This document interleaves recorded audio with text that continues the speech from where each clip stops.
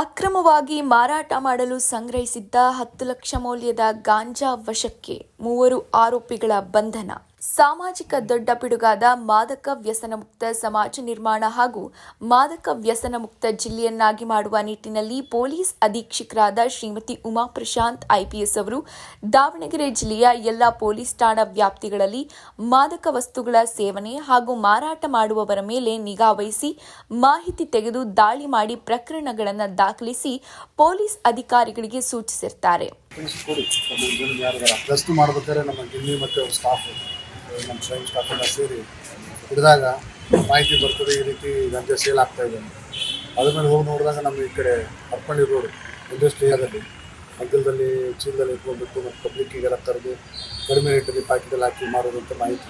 ಆ ಪ್ರಕಾರ ಹೋಗಿ ನಾವು ಈಗ ಮಾಡಿದಾಗ ಅರೌಂಡ್ 10 kg ಅಷ್ಟು, ಅಂದರೆ ಇದು ಸಣ್ಣ ಊರಿಗೆ ದೊಡ್ಡ ಪ್ರಮಾಣ ಇದೆ ಸರ್. ಎಷ್ಟು ಕೆ ಜಿ ಸರ್? ಅಂದಾಜು 10 kg ಆಗುತ್ತೆ. 10 kg ಮೌಲ್ಯ, ಮಾರುಕಟ್ಟೆ ಮೌಲ್ಯ ಎಷ್ಟಿರ್ಬೋದು ಸರ್ ಅಂದಾಜು? ಈಗ ಅದೇ ನೀವು 10 ಗ್ರಾಮಿಗೆ ಅವರು ₹100 ಅಥವಾ ₹200 ಮಾರ್ತಾರೆ. ಇದರ ಮಲ್ಟಿಪ್ಲೈ ಮಾಡ್ಕೊಂಡ್ಬಿಟ್ರೆ ಅಷ್ಟು ಅಮೌಂಟ್ ಚಿಲ್ಲರ್ ಚಿಲ್ಲರಾಗಿ ಅಷ್ಟು ಮಾರ್ತಾರೆ. ಬೇಸಿಕಲಿ ಎಲ್ಲಿಂದ ಬಂತು ಅಂತೆಲ್ಲ ತನಿಖೆ ಮಾಡಬೇಕು ಮುಂದೆ. ಮತ್ತು ಇದು ಸುತ್ತಮುತ್ತ ಇಲ್ಲೆಲ್ಲೂ ಇದೆಲ್ಲ ಬೆಳೆಲ್ಲ ಇದೆ. ಸೊ ಈಗ ಹೊರಗಡೆಯಿಂದ ಬಂದಿರ್ತದೆ. ಈ ನಿಟ್ಟಿನಲ್ಲಿ ಸಾರ್ವಜನಿಕ ಹೇಳೋದಿಷ್ಟೇ, ಏನಾದರೂ ಮಾಹಿತಿ ಬಂದರೆ 112ಗೆ ಅಥವಾ ನಮ್ಮ ಪೊಲೀಸ್ ಸ್ಟೇಷನ್ಗೆ, ನಮ್ಮ ಗೌರ್ಮೆಂಟ್ ನಂಬರ್ಗೆ ಮಾಹಿತಿ ಕೊಟ್ಟರೆ ಅದನ್ನು ನಾವು ಅವ್ರ ಹೆಸರು ಗೌಪ್ಯ ಇಟ್ಬಿಟ್ಟು ಈ ರೀತಿ ಕಾರ್ಯಾಚರಣೆ ಮಾಡ್ತೀವಿ.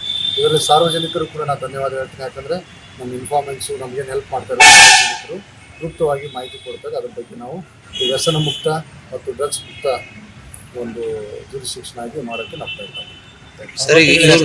ಲೋಕಲ್ ಏನು ಸರ್ ಇದು? ಇಲ್ಲ, ಹೊರಗಿನವ್ರು ಇದ್ದಾರೆ. ಆರೋಪಿಗಳು 3 ಜನ ಇದ್ದಾರೆ, ಸದ್ಯಕ್ಕೆ ಸಿಕ್ಕಿದ್ದಾರೆ. ಡೀಟೇಲ್ಸ್ 3 ಹೊರಗೆ ರಾಜ್ಯದಾರ? ಇಲ್ಲ, 2 ಹೊರಗಿನವ್ರು ಇದ್ದಾರೆ, 1 ಲೋಕಲ್ ಇದ್ದಾರೆ. ಹೊರ ಡಿಸ್ಟ್ರಿಕ್ಟ್ನಾರ, ಹೊರ ರಾಜ್ಯದಲ್ಲ? ಹೊರ ರಾಜ್ಯದವರು ಇಬ್ಬರು, ಒಬ್ಬರು ಲೋಕಲ್, ಒಬ್ಬ. ಸರ್ ಇದು ನಿನ್ನೆ ಸರ್ ಎಲ್ಲ ಇದು ಮಾಡಿದ್ದು ಕಾರ್ಯಾಚರಣೆ? ಇವತ್ತು ಬೆಳಗ್ಗೆ ಕಾರ್ಯಾಚರಣೆ ಮಾಡಿ. ಇವತ್ತೊಂದು ಬೈಕ್ ಸೀಸ್ ಆಗಿದೆ. ಇದು ಯಾರ್ದು ಏನು ಅಂತ ಇದು ವೆರಿಫೈ ಮಾಡ್ತೀವಿ, ಇನ್ವೆಸ್ಟಿಗೇಷನ್. ಆ ಘಟನಾ ಸ್ಥಳದಲ್ಲಿ ಇದು ಬೈಕ್ ಸಿಕ್ಕಿದೆ. ಅದರಂತೆ ಜಿಲ್ಲೆಯಲ್ಲಿ ಪೊಲೀಸ್ ಅಧಿಕಾರಿಗಳ ನೇತೃತ್ವದಲ್ಲಿ ಸಿಬ್ಬಂದಿಗಳನ್ನೊಳಗೊಂಡ ತಂಡಗಳನ್ನು ರಚಿಸಿದ್ದು ಪ್ರತಿದಿನ ಜಿಲ್ಲೆಯಲ್ಲಿ ಮಾದಕ ವಸ್ತುಗಳ ಸೇವನೆ ಹಾಗೂ ಅಕ್ರಮ ಮಾರಾಟ ಮಾಡುವವರ ವಿರುದ್ಧ ಕಾರ್ಯಾಚರಣೆ ಕೈಗೊಂಡಿದ್ದಾರೆ. ಅದರಂತೆ ಹರಿಹರ ನಗರದ ಮಾದಕ ವಸ್ತುಗಳ ಸೇವನೆ ಮಾಡುವವರನ್ನ ವೈದ್ಯಕೀಯ ಪರೀಕ್ಷೆಗೆ ಒಳಪಡಿಸಿದ್ದು, ಈ ಸಂದರ್ಭದಲ್ಲಿ ಮಾದಕ ವ್ಯಸನಿಗಳಿಗೆ ಸಿಗ್ತಾ ಇದ್ದ ಗಾಂಜಾದ ಮೂಲವನ್ನ ಬೆನ್ನತ್ತಿದ್ದಾಗ ಪೊಲೀಸರಿಗೆ ಹರಿಹರ ನಗರದಲ್ಲಿ ಕಾನೂನು ಬಾಹಿರವಾಗಿ ಗಾಂಜಾ ಸಾಗಾಟ ಮಾಡಿ ಮಾರಾಟ ಮಾಡ್ತಿರುವ ಬಗ್ಗೆ ಮಾಹಿತಿ ಬಂದಿದೆ. ಬಂದಿದ್ರೆ ನಮ್ಗೆ ಗೊತ್ತಾಗಿರೋದು, ಹೊಸದಾಗಿ ಬಂದು ಪ್ರಯತ್ನ ಮಾಡಿದ್ದಾರೆ. ಅಷ್ಟೊತ್ತಿಗೆ ನಮಗೆ ನಮ್ಮ ಸಾರ್ವಜನಿಕರು, ನಮ್ಮ ಪೊಲೀಸರ ಗಸ್ತು ವ್ಯವಸ್ಥೆ ನೋಡ್ತಾ ಇದ್ದೀವಿ, ನಾಕಾಬಂದಿ ಆಗ್ತಾ ಇದ್ದೀವಿ. ಇಲ್ಲೆಲ್ಲ ಸ್ವಲ್ಪ ನಮ್ಗೆ ಡೌಟ್ ಬಂದರೆ ಚೆಕ್ ಮಾಡಿಸ್ತೀವಿ. ಚೆಕ್ ಮಾಡಿದ್ರೆ ನಿನ್ನೆ ಹರಿಹರ ಗ್ರಾಮಾಂತರರು ಕೂಡ 2 ಪಾಸಿಟಿವ್ ಬಂತು. ಬೇಸ್ಡ್ ಆನ್ ದಸ್ಟ್ ಇನ್ಫಾರ್ಮೇಷನು ಮತ್ತು ಬೇರೆ ಇನ್ಫಾರ್ಮೇಷನ್ ಪ್ರಕಾರ ತೆಗೆದಾಗ ಇಂಥವ್ರು ಮಾಡ್ತಾರೆ ಮಾಹಿತಿ ಇತ್ತು. ಸೊ ಹೀಗಾಗಿ ವಾಚ್ ಮಾಡಿ ಮಾಡಿದಾಗ ಇಷ್ಟು ಪ್ರಮಾಣದಲ್ಲಿ ಸಿಕ್ಕಿದೆ. ಇನ್ನೂ ಕೂಡ ಮುಂದೆ ನಾವು ಕಾರ್ಯಾಚರಣೆ ಸರ್ಕಾರ ಈ ವಿಚಾರದಲ್ಲಿ ಸ್ವಲ್ಪ ಮುಂದುವರಿಸಿದ್ರಿಂದ ತಾವು ಈ ರೀತಿ ಮಾಹಿತಿ ಬಂದರೆ ಯಾವುದೂ ಬೇಡ. ಪ್ರತಿಯೊಂದು ಮಾಹಿತಿ ಕೂಡ ಒಂದು ತಾರ್ಕಿಕ ಅಂತ ಕೊಡ್ತೀವಿ.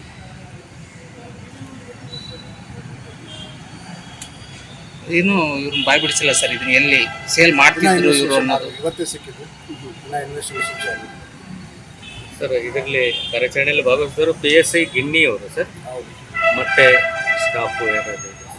ಶ್ರೀಪತಿ